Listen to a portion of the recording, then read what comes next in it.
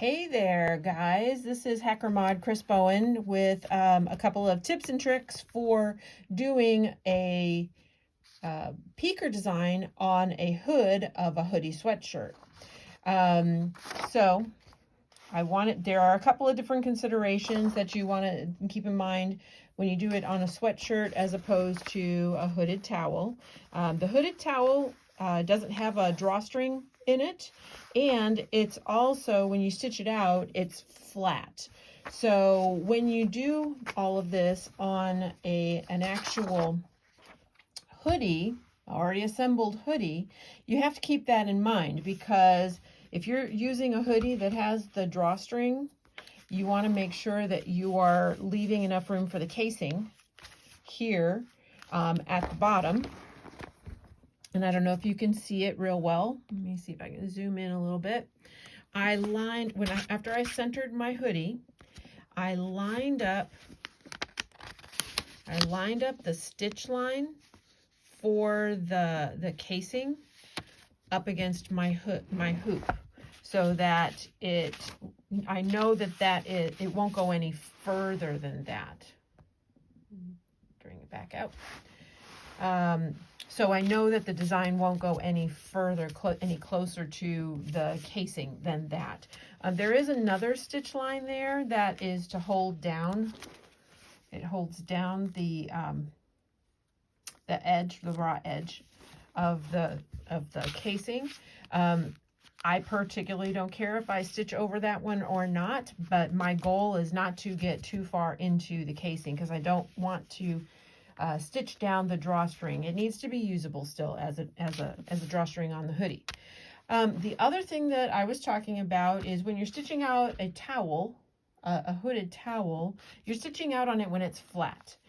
Already assembled hoodies are curved because they are shaped like a hood. Let me just bring this back in here. So this is my hood that's already stitched to go on a hooded towel. It's already in hood shape. So if I was to try to stitch on this, it would be rather awkward, because I've got all of this excess hanging out, just like I do here. So when you are adding this to the hoop, make sure that as you put it down, I used a good amount of shushing from my adhesive spray. I also definitely pinned all of this flat in the corners here outside of the stitch path, which is why I have my template on here so I can see what my stitch path is. And then you see how all of this is rolling in towards my design. I don't want that excess hood to get stuck in my design as I'm stitching. So again, I'm going to smooth it all out with some good shushing from the adhesive spray, and I definitely am pinning all of that away.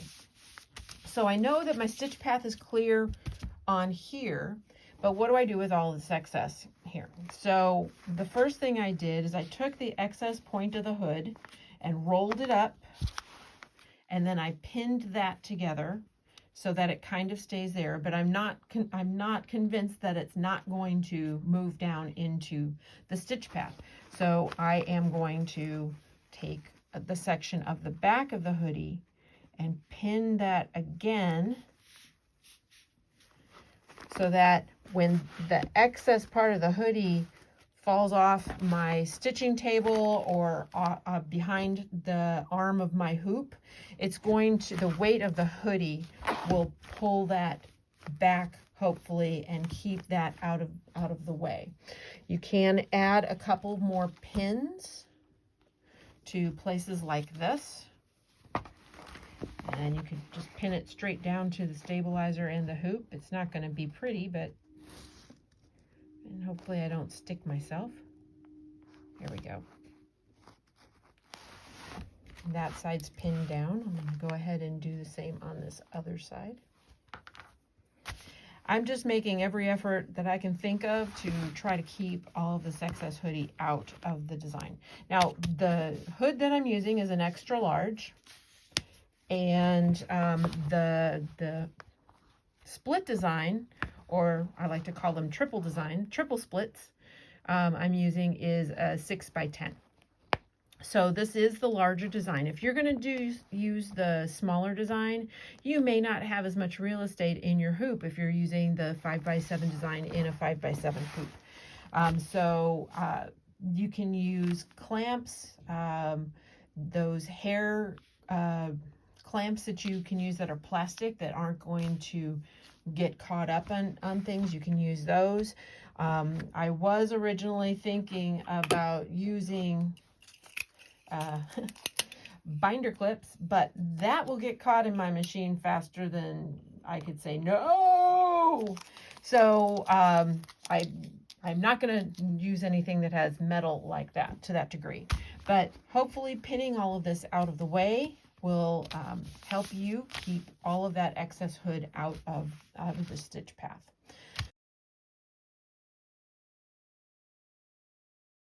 So one other thing that I wanted to show you, move this out of the way here, is for this particular design, Ricky added an extra step to it. So, oops. And she added a couple of extra steps. These last 3 color stops are to add something on the back of the design so that all of the stitching doesn't show. So on this particular towel, if I was to stitch a design on it, the back of the embroidery design, since this is single layer, would show on the back of the towel. And because I don't like that, I'm really glad that Ricky decided to go ahead and add these extra steps. So what you can do is you can add something to the back of the towel. In this particular case, and you can do that on the hoodie as well. In this particular case, since this is a hooded towel, I added a washcloth as my backer on this. So the steps, they're all outlined in the instructions for this particular design. Third from the end is the die line that tells you where to place your fabric or whatever it is that you use. The second from last is the tack down line so that it tacks down the fabric and you can cut around it to get the applique cut on it. And the final stitch is the final satin, which both does your satin stitch around on the front, and it encases the edges around the newly cut applique back of this particular design. And I love this because you can use something that frays if you want to when you're doing this. You can use a cotton woven, you can use a washcloth like I did here. You're not stuck with using something that's non-woven to cover it up because it's already, the edges are all encased in the final satin stitch. And then you can trim around your design and you're good to go. So those were just a couple of tips that I wanted to give you on putting a peaker design on a already made hooded sweatshirt or a hoodie, and also to give you a little bit of instruction on doing the back of the, covering up the back of the design. Anyway, thank you very much. I hope you enjoy doing these peakers. They're so much fun.